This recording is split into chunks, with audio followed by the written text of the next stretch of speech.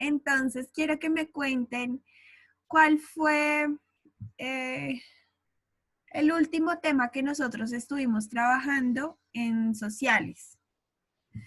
¿Qué ¿La recuerdan? guerrilla liberal? Dime, ¿Lo de la guerrilla liberal? Liberales. ¿por qué se formaron las guerrillas liberales? ¿Ya lo trabajamos o no? ¿Qué estaba pasando en ese momento en el país? Un descontento social. Sí, Y también porque la gente sentía mucha inseguridad. exacto.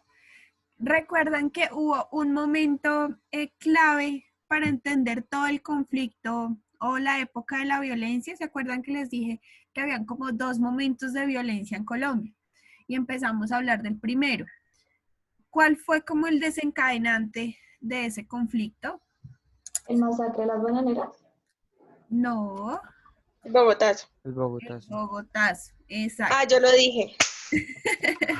Exacto. Hace 8 días, las personas que se quedaron hasta el final, bueno, no fue hace 8 días, ¿cuándo fue que tuvimos sociales? El miércoles, a la última hora, muchos de ustedes se desconectaron. No sé por qué. Bueno, muchos no, como 5. Era la última hora de clase. Yo sé que están cansados, pero el horario es hasta las 2:30 de la tarde. En ese momento nosotros hicimos un quiz, ¿cierto? Para los que estuvieron ahí, saben que hicimos un quiz del tema que yo les había expuesto ese mismo día en clase. Entonces, efectivamente, se enmarca ese principio de la violencia después del Bogotazo. ¿Se acuerdan cuáles zonas habían sido como muy revolucionarias o muy rebeldes?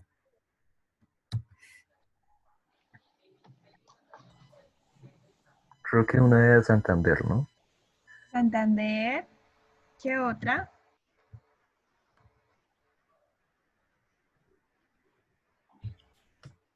No era Cundinamarca, Tolima y eso. Exacto, Cundinamarca, Tolima.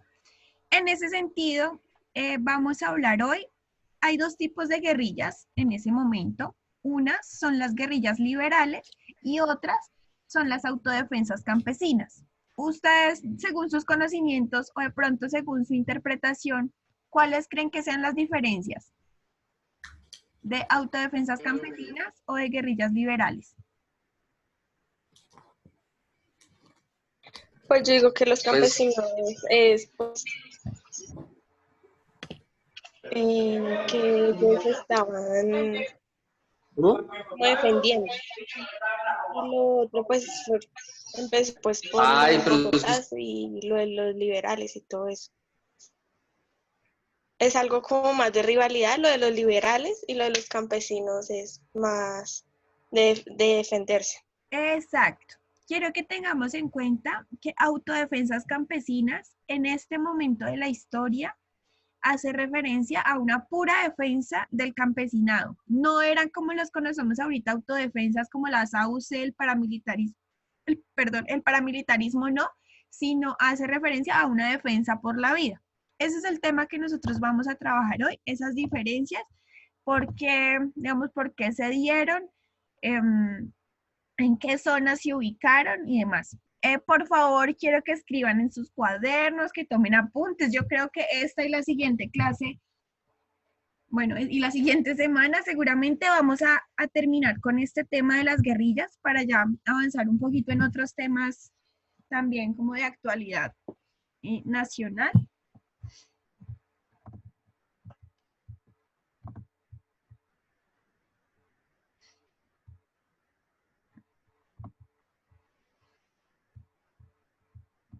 Este tema de la violencia en Colombia se enmarca por el problema de la tierra. ¿Por qué creen que por el problema de la tierra? ¿Qué se les ocurre a ustedes? Pues como les invadían las tierras y todo eso, ¿no? Exactamente. Entonces, el problema de la tierra en Colombia es un problema bastante antiguo que se remonta mucho antes del siglo XX, es decir, mucho antes de esta temporalidad que nosotros estamos trabajando. Nosotros estamos ubicándonos desde el año 1900. Se ubica mucho antes de eso, eh, desde el cuestionamiento de los títulos de propiedad de los terratenientes, representa el inicio de una larga lucha del campesinado por defender su trabajo y su propia vida. Es decir, los conflictos del campo, los conflictos de la ruralidad, se centran o inician desde que nos invaden, no solamente desde la época de la colonización española, sino más adelante con la apertura, con esa nueva colonización, pero ahora colonización estadounidense. ¿Se acuerdan que nosotros, clases pasadas, hablamos que se da una apertura del mercado para que vengan los norteamericanos a invertir en nuestros territorios y se les regala pues el espacio, se les dice que vengan acá y tengan sus empresas, ¿sí?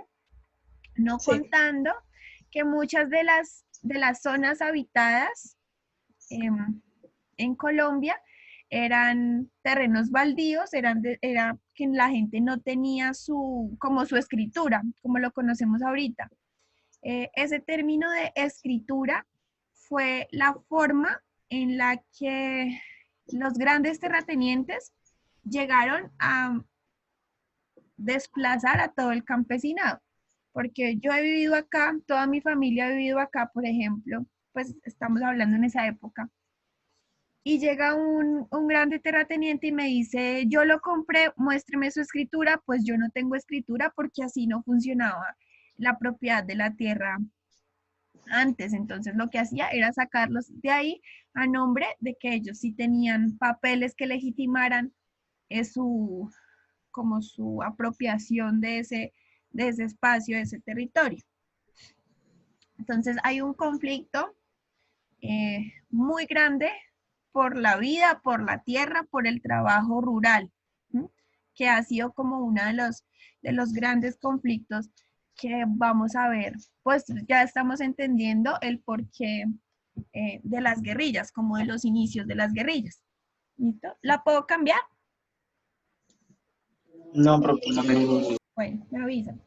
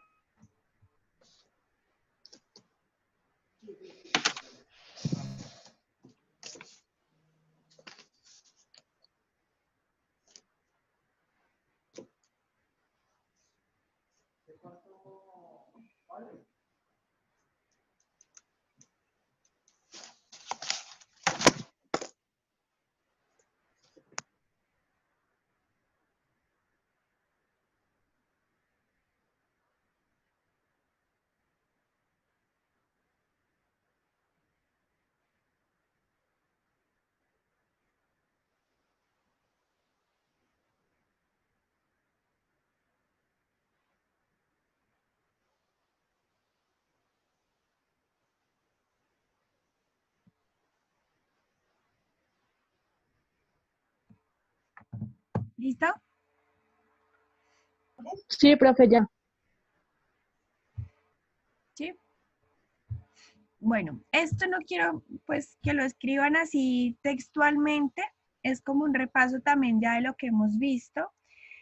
La desigualdad en la distribución de la tierra se dio en su mayoría en las regiones cafeteras, producto de las relaciones dominantes de los hacendados sobre los trabajadores, que llevaron a muchos campesinos a sublevarse ante los abusos de los propietarios.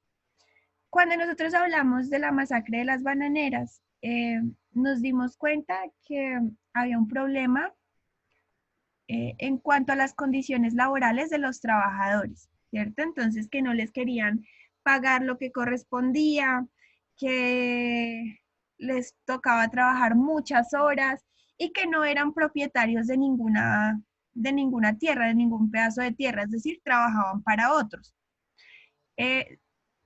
dijimos que en el año 1900 el principal poder económico había sido gracias al café, ¿sí? Entonces nuestra prosperidad también va ligada a esta, o es producto también de esta desigualdad de la tierra, en la que grandes productores o grandes terratenientes se apropian de territorios y ponen a trabajar a las personas ahí. Entonces, no trabajan en su propia finca, en su propia parcela, porque no tienen. Entonces, ahí inicia esta situación de desigualdad en el campo. La lucha por la tierra en Colombia tiene una historia bastante amplia, impulsada en gran medida el sistema de haciendas en los departamentos de Cundinamarca y Tolima. Ustedes, yo creo que sí, ustedes han escuchado cómo funcionaban las haciendas aquí en el Sumapaz, aquí en Fusagasugá, cómo era ese sistema de haciendas.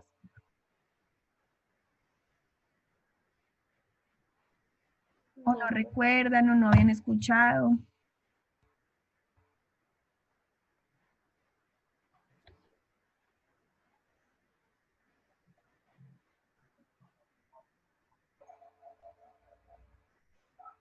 ¿Sí o no? Háblenme. No, profe. ¿No? No, profe. No, profe. ¿Cuáles haciendas hay aquí en Fusa? O aquí en el Sumapaz que ustedes conozcan.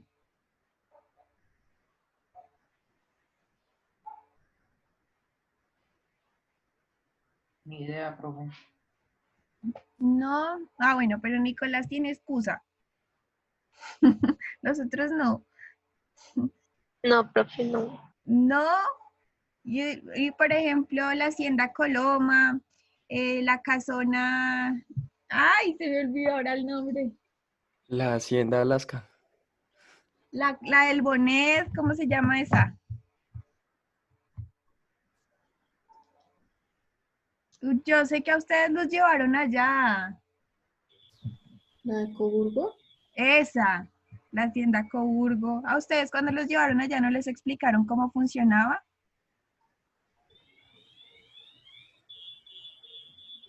¿O no se acuerdan? Sí, pero No, no, no, creo que se va a acordar. No me acuerdo.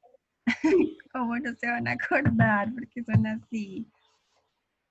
Aquí en el Sumapaz y en el Tolima, principalmente, funciona, bueno, aunque también en Biotá, me imagino en Caldas, pero pues aquí como lo más cercano y a lo que nos da lugar más adelante a este ascenso pues de las guerrillas, aquí funcionaba el sistema de haciendas.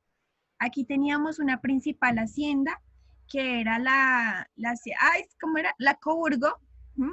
Que ustedes saben, ustedes la han visto, la que queda arribita del Parque Bonet. Todo eso era una sola hacienda, hasta aquí, hasta la que queda en Balmoral, hasta la hacienda Coloma, que fue creo que fue la que tumbaron, la que quedaba al lado del Indio. Todo eso era un sistema de haciendas en toda esta zona, en todo lo que nosotros ahora conocemos como Fusagasugá, que el centro y que, bueno, eso solamente eran cultivos de café. En ese sistema de haciendas se trabajaba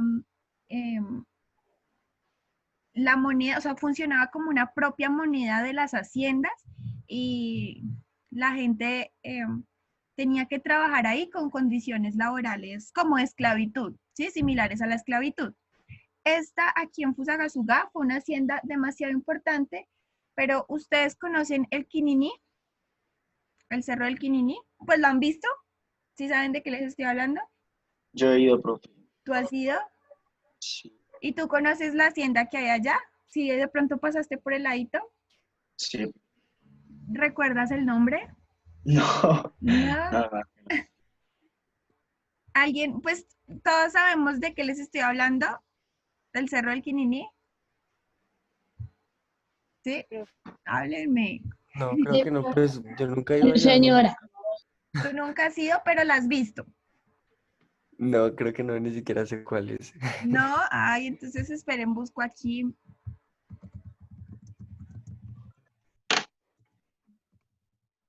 Bueno, esto es Tibacuy.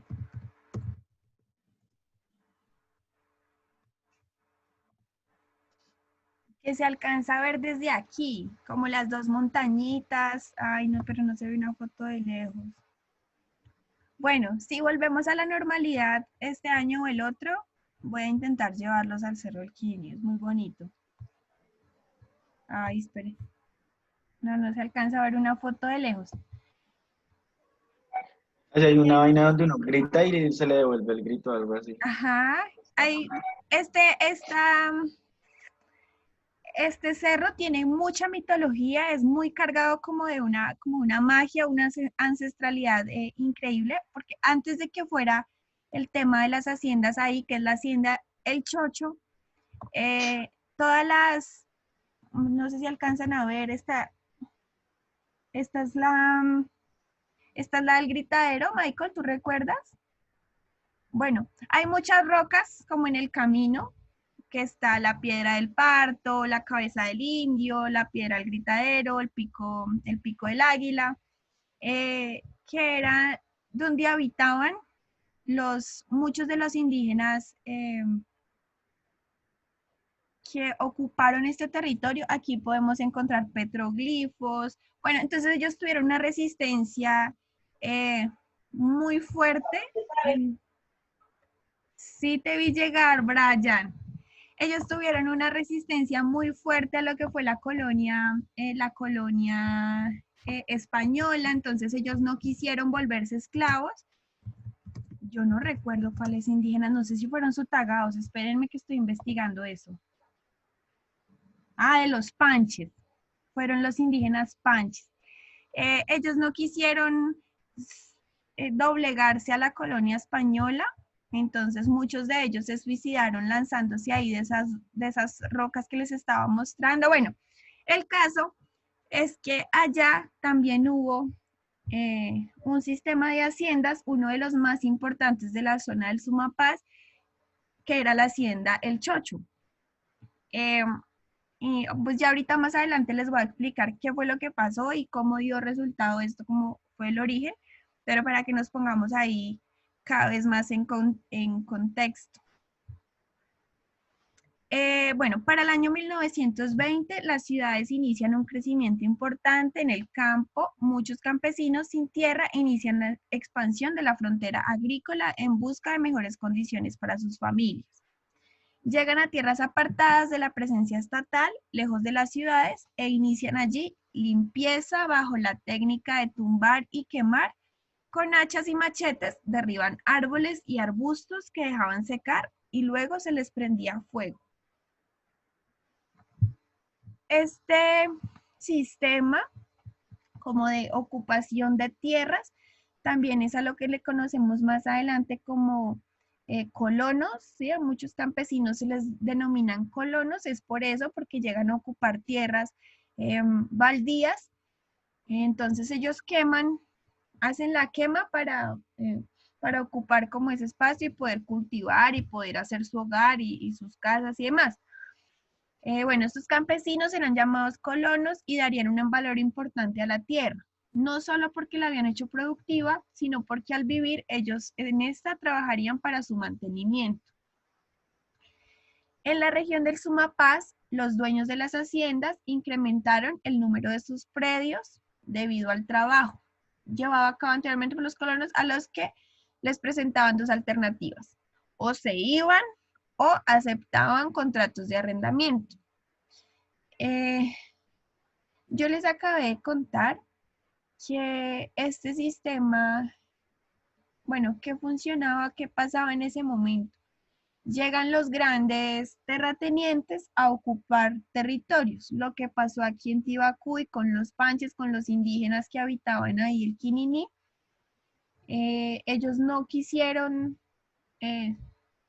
doblegarse al poder, a la corona en ese momento, entonces ellos se suicidan, ahí inicia este sistema de haciendas, pero entonces más adelante no les dan la opción a los campesinos de como de tener su propio territorio, sino simplemente trabajar bajo contratos de arrendamiento. Si accedían a esto último, abandonaban sus aspiraciones a la tierra y perdían también su libertad de trabajo. ¿Hasta ahí hay alguna pregunta? No, profe. ¿No? No, señor.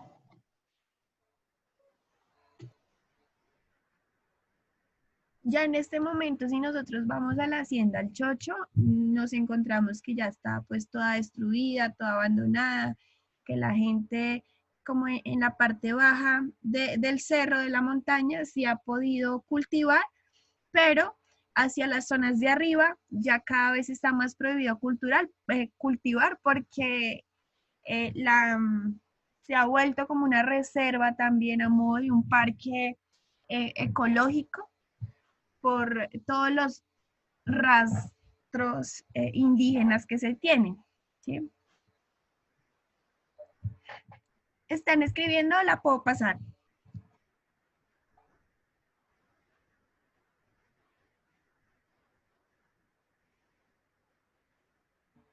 ¿La puedo pasar? Sí, señora. ¿Sí? No, profe, no. ¿No? Entonces no me habla.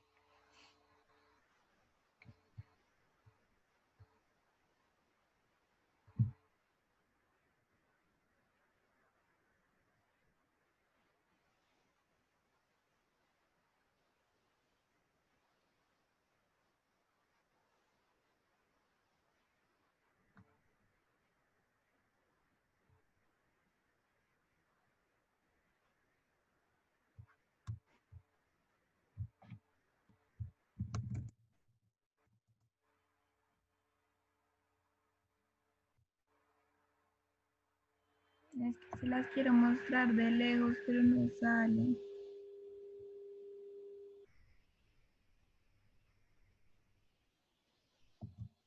Bueno.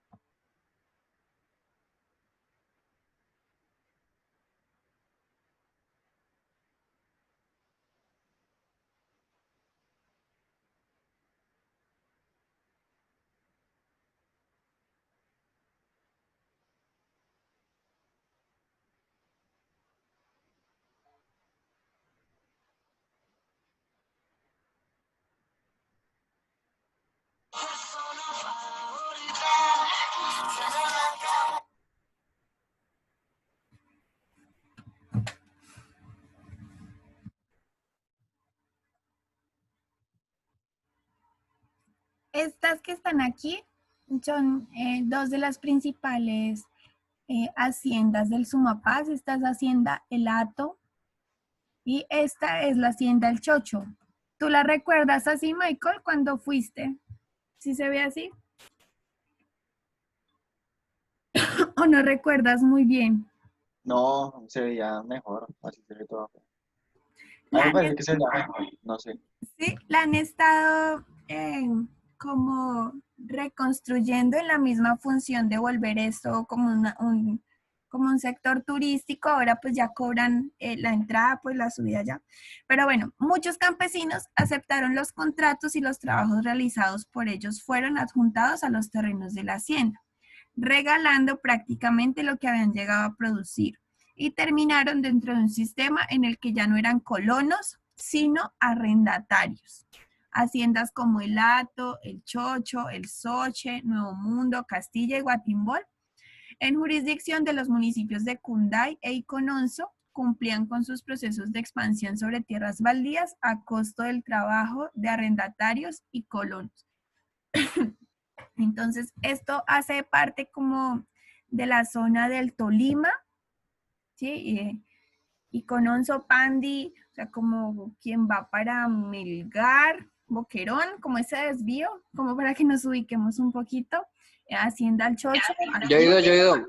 ¿Tú has ido? Ahí con No Onzo. no es donde hay un puente, que es el puente natural, bueno, donde botaban a los... Sí. Bueno, eso que eso es re hondo, Sí, eso es señor, horrible. eso. Ahí mismo, por ahí. Y la Hacienda El Chocho, pues está aquí en Tibacuy. Estas fueron como las como las principales haciendas que existieron aquí en Cundinamarca, en el que empezaron a tumbar todo y a quitarle tierra a todos los colonos, pues a todos los campesinos. ¿Listo?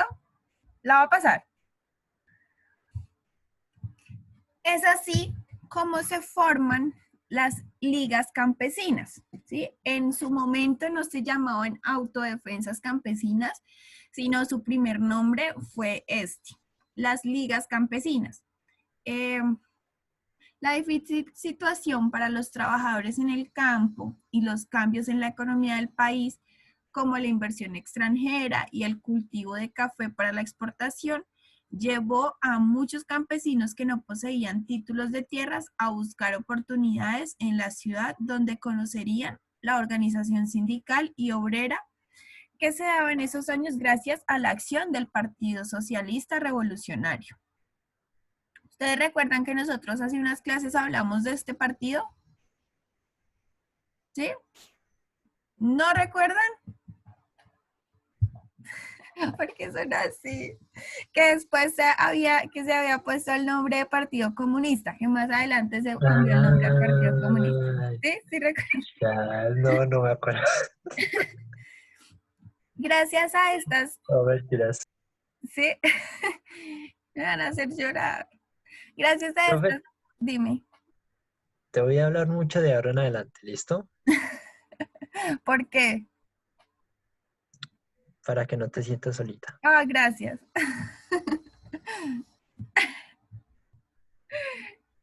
Tan lambón. Brian sale con unas. Pero es que ustedes no me hablan, el único que me habla es Brian, por ahí de vez en cuando me responde, ¿quién me responde? Laura. Ay, profe, yo le pero me respondo. dicen como Sí, ven, sí, sonríe. ¿no? Ay, no, mentira. no. Hoy sí he participado. Ay, Brian. Oh. Ya, chito, silencio. Profe, después no diga que hablemos entonces.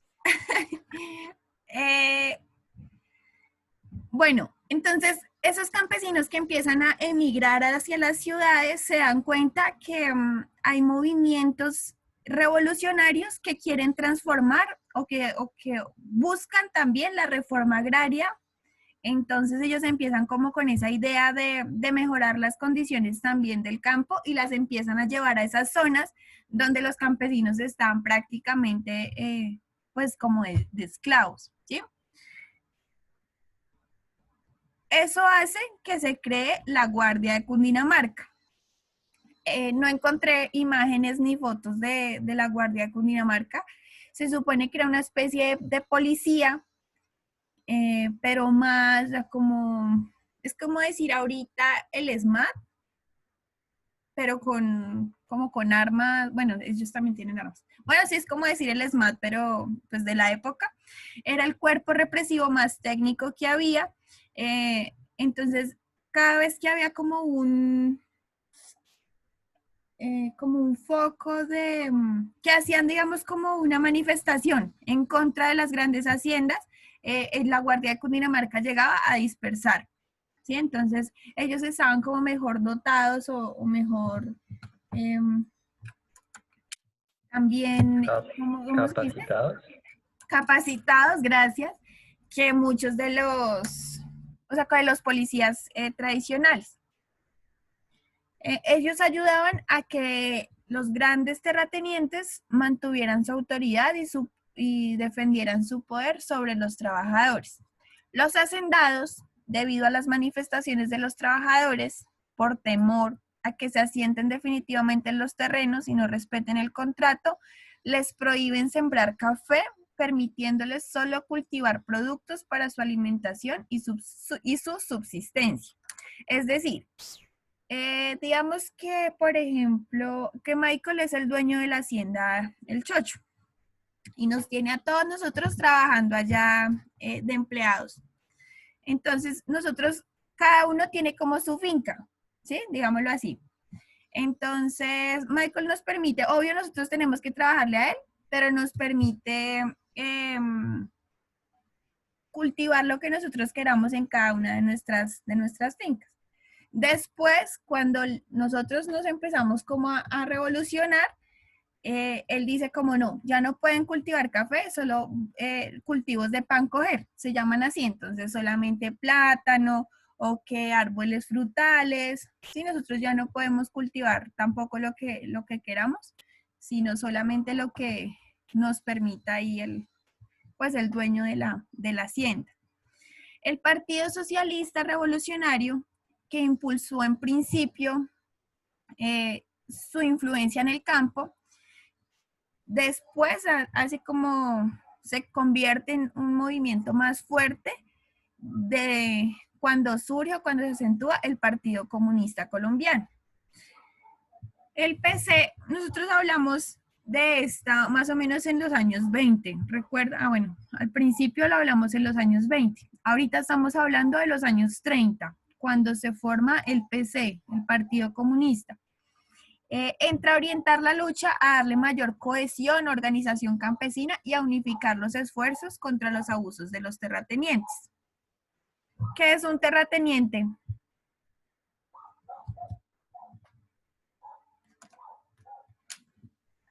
Una persona de grandes tierras. Exacto, es una persona que posee o que acumula muchas tierras, ¿sí? Entonces, en contra de los terratenientes, que era la acumulación en manos de una sola persona, una gran cantidad de hectáreas, la forma de explotación de fuerzas de trabajo agrícola y los mecanismos de dominación favorecieron la organización campesina. Es decir, la gente estaba tan inconforme, estaba tan aburrida, querían también trabajar su propia tierra o tener su propio espacio, que inician este proceso del Partido Comunista se hizo mucho más fácil de organizarlos y ponerlos a luchar como en un mismo objetivo, ¿sí? ¿La puedo pasar o están escribiendo?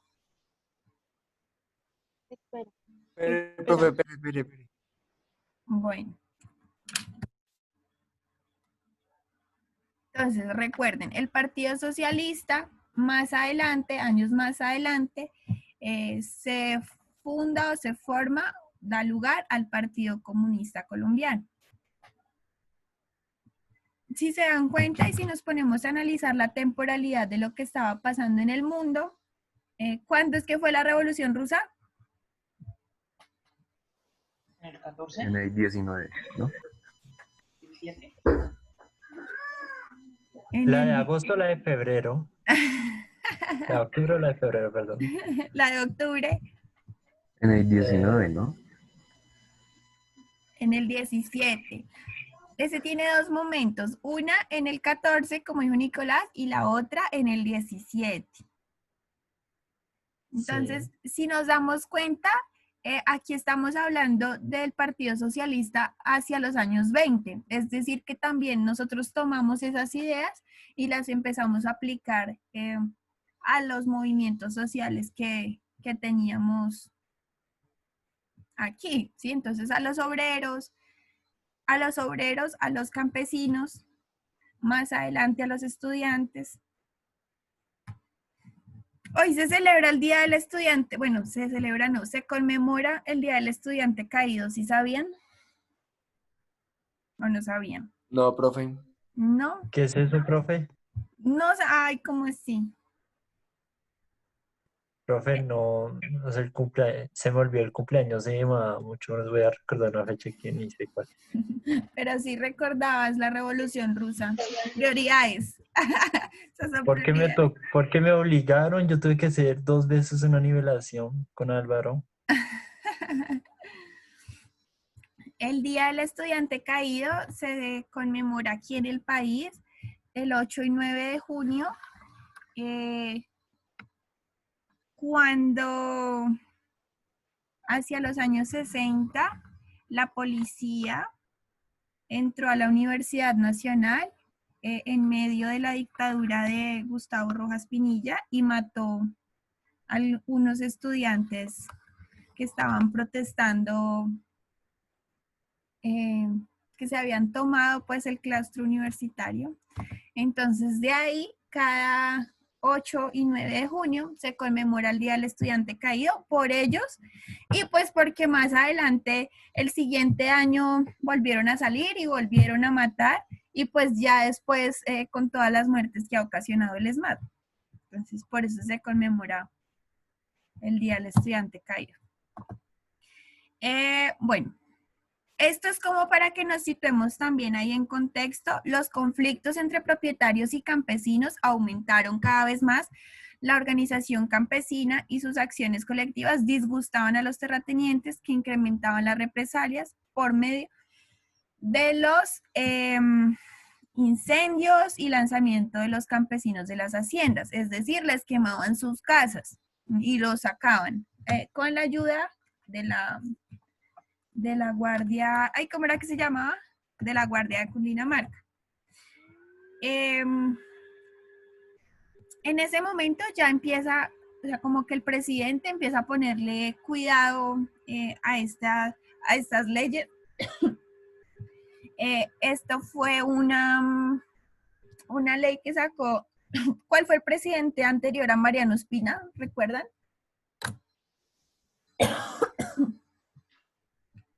¿Cuál?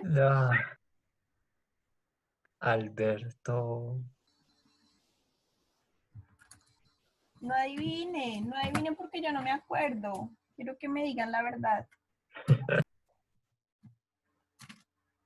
Profe, es que, o sea, Bueno, ya nos queda un minuto.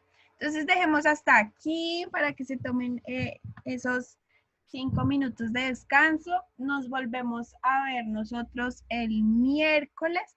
Recuerden las exposiciones pendientes con diapositivas o por lo menos explicando un poquito, las de filosofía, explicando un poquito el tema y ya. Y voy a hacer evaluación el miércoles de lo que expusieron los compañeros hoy. profe, yo no estuve en la primera hora que hicieron. Pues eso le pasa. Yo voy a subir el video para que te puedas adelantar. Igual es la biografía de los filósofos. Nos vemos el miércoles, chicos. Que estén bien. Bueno, profe. Chao. Chao, profe. Chao.